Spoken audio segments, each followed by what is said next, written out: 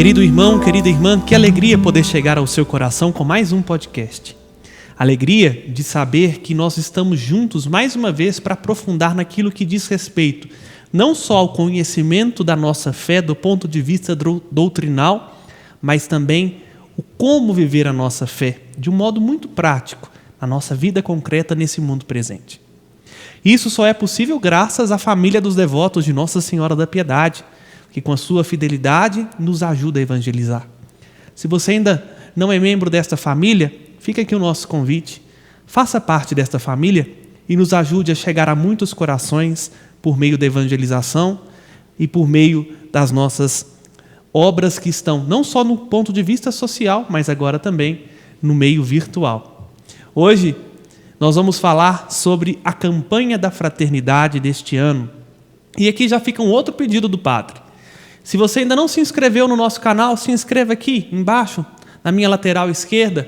Ative o sininho para que você receba as notificações do nosso canal e curta caso gostou, para que o YouTube entenda que é um conteúdo de relevância e sugira para outras pessoas. Estamos tendo a presença hoje do nosso reitor, Padre Wagner Calegário. Seja muito bem-vindo, Padre Wagner. Alegria, Padre Felipe. Um prazer estar com o senhor e com todos aqueles que nos acompanham. Contar com a presença do Padre Wagner é ter a certeza de que o pastor e o primeiro servidor deste santuário, aqui agora eu estou na dúvida se é o primeiro servidor ou se é o segundo servidor, sendo que o Dom Valmor é o primeiro servidor.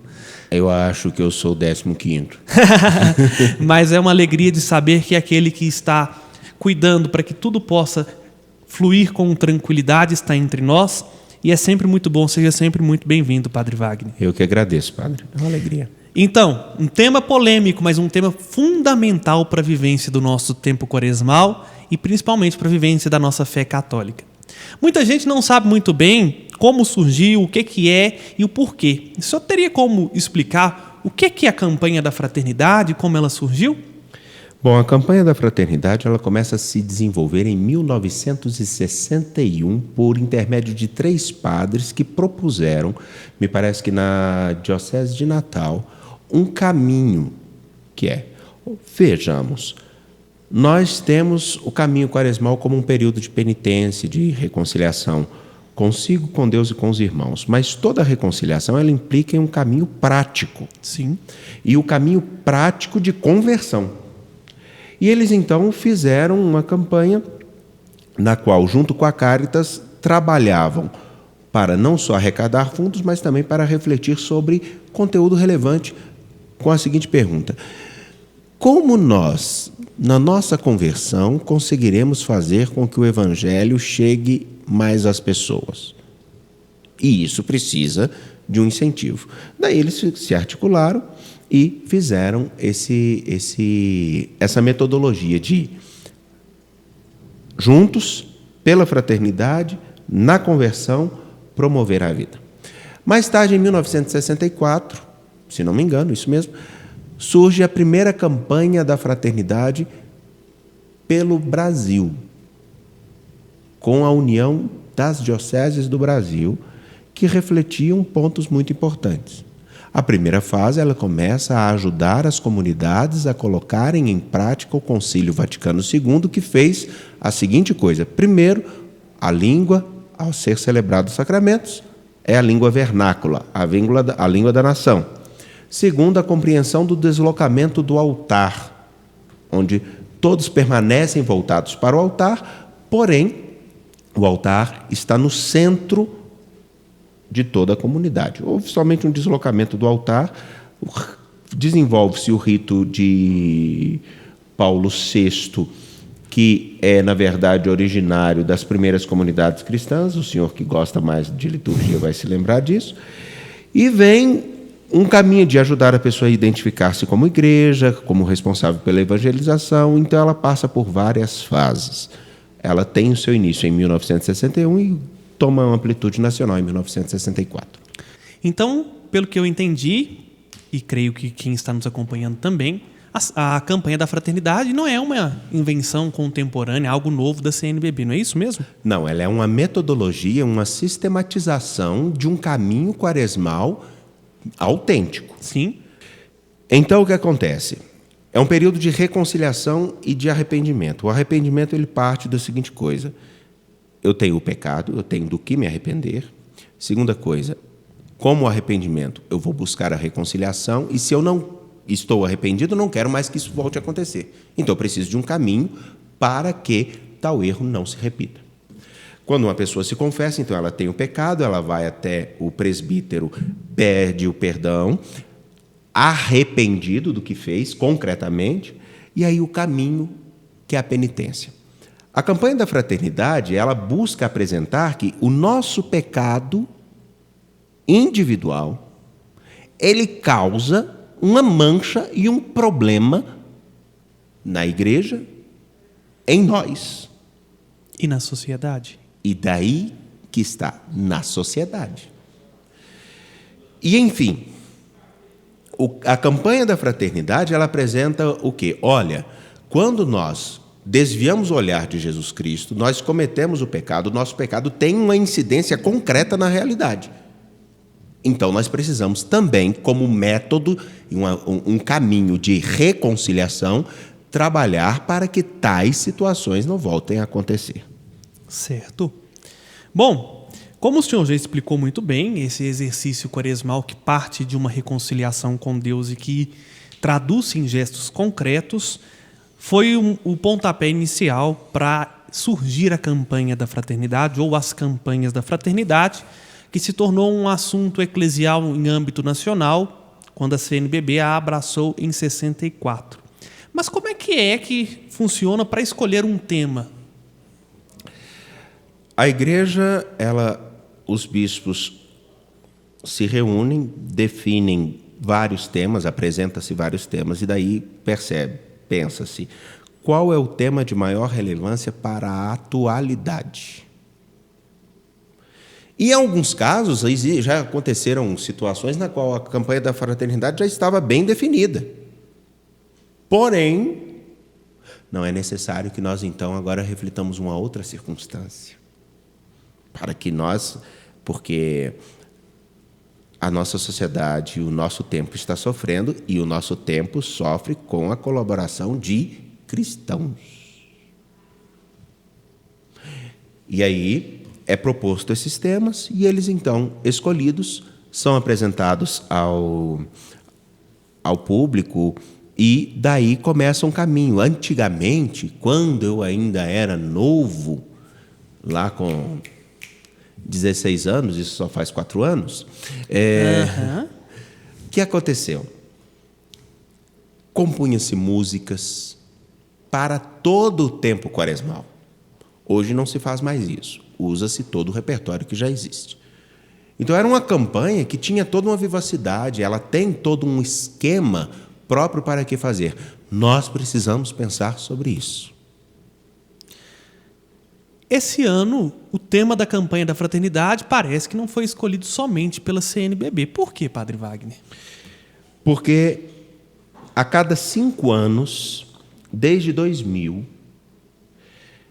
trilha-se um caminho da campanha da fraternidade ecumênica.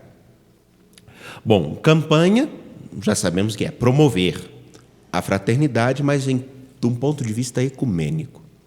Ecumênico, que implica o diálogo com todas as igrejas cristãs que professam a fé em Jesus Cristo e estão dispostas a dialogar, cada um na sua identidade, mas que tem pontos em comum.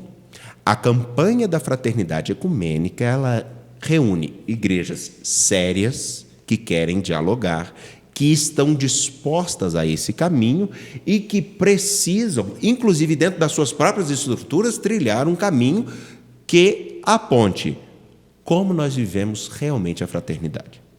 Então, este ano, ela foi organizada com as igrejas que compõem o CONIC, o Conselho Nacional das Igrejas Cristãs. Dentre estas igrejas, eles então apresentaram os temas, desenvolveram um texto, e esse texto, essa temática, visa atingir a todos os cristãos e homens de boa vontade. Então, eu acho que já esclareceu um primeiro ponto polêmico, né? Por quê? Pelo que nós entendemos, a cada 5 anos a CNBB se junta ao CONIC, isto é, a Conferência Nacional dos Bispos do Brasil, da Igreja Católica Apostólica Romana, dialogando com o Conselho Nacional de Igrejas Cristãs, propõe um caminho de unidade do ponto de vista da fraternidade, de refletirem juntos um tema. O tema deste ano é fraternidade, diálogo, compromisso de amor. O que esse tema realmente tem de relevância para nós neste ano de 2021 e no nosso mundo contemporâneo? Eu vou pontuar somente uma coisa. O que é explícito. No ano de 2018, quantas pessoas deixaram de celebrar o Natal efetivamente porque brigaram por uma questão política? Muitas. Outra coisa, quantas pessoas estão num ponto de extrema intolerância? Muitas. Inclusive, um ponto importante que, se der, nós poderemos falar, inclusive toda tolerância extrema, toda pessoa que é extremamente tolerante, ela é intolerante. Por quê? Eu tolero tudo o que você faz, mas você tem que tolerar tudo o que eu faço. Então, uma prerrogativa para não ser nunca questionado. Isso já é intolerância. Diálogo.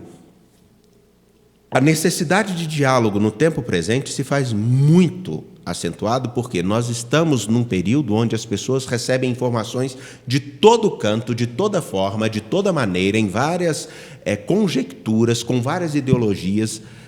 Outro dia eu recebi uma mensagem, um vídeo, falando do atual presidente como se ele fosse presidente, mas é da época da campanha eleitoral.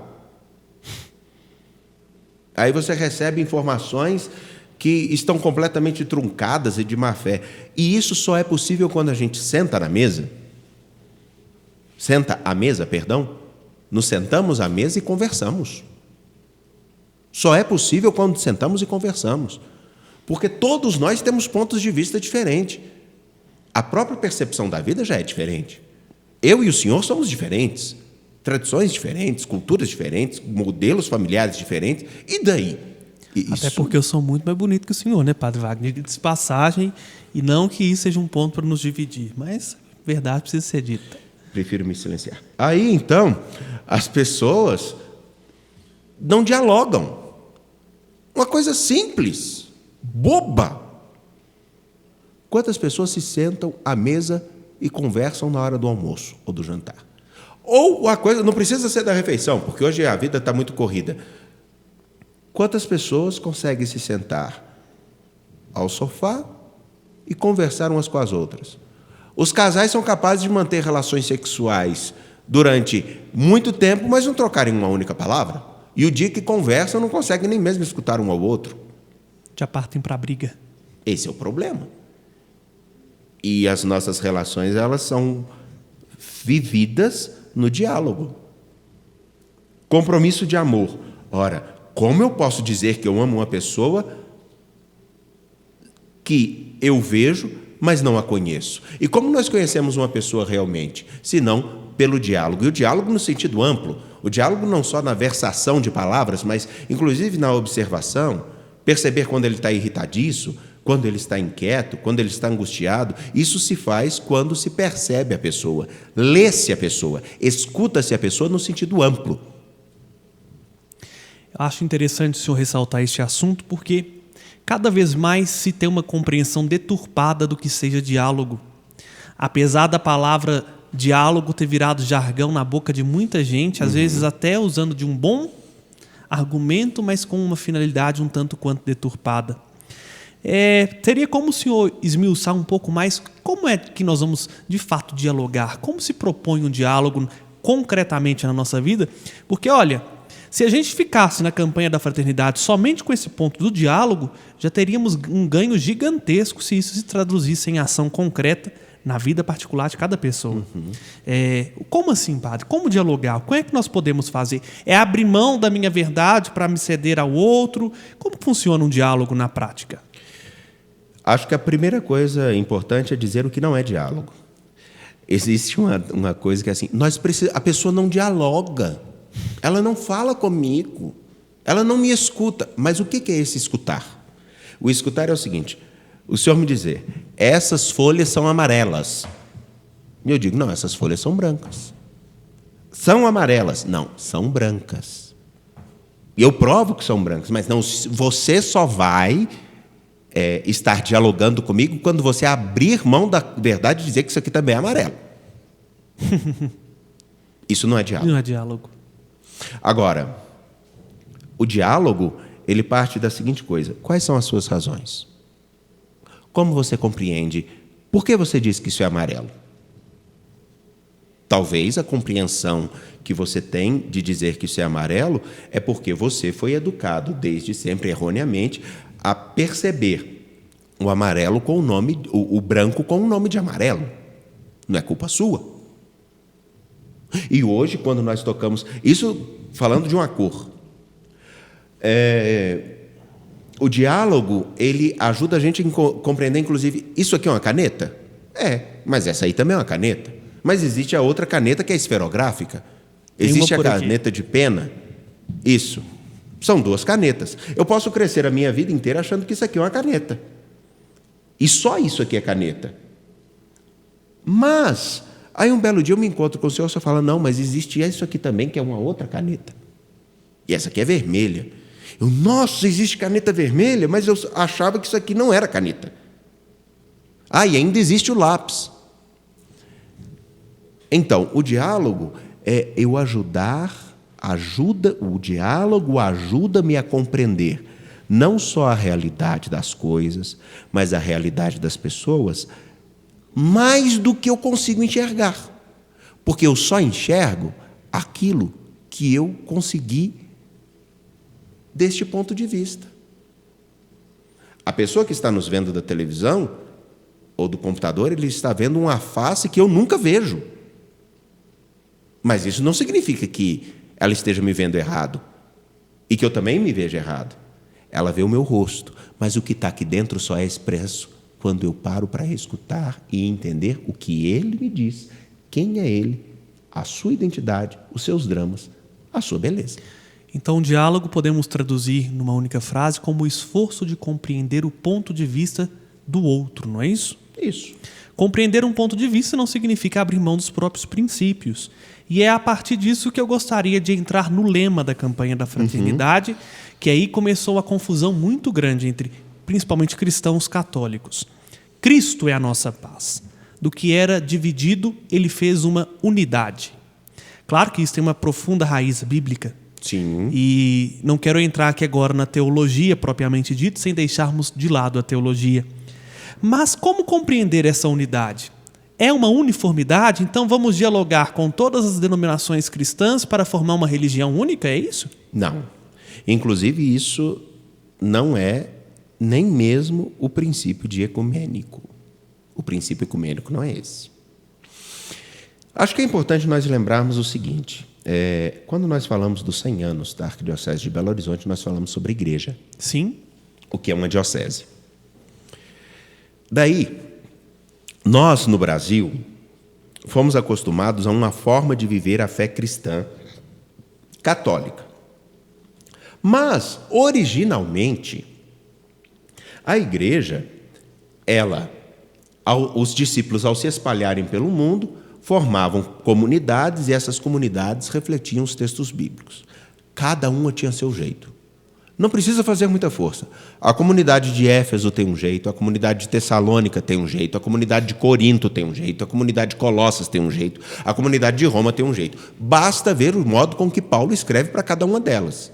E ele toca em pontos. Às vezes algumas têm umas coisas em comum, mas tem coisas diferentes. Aí, o que acontece? Essas comunidades, elas tinham identidades, formas de celebrar, de conviver, diferentes das outras. A comunidade de Jerusalém era completamente diferente da comunidade de Colossas, como também era muito diferente da comunidade de Antioquia. mas eles tinham um ponto em comum: Jesus Cristo. Isso era o ponto em comum.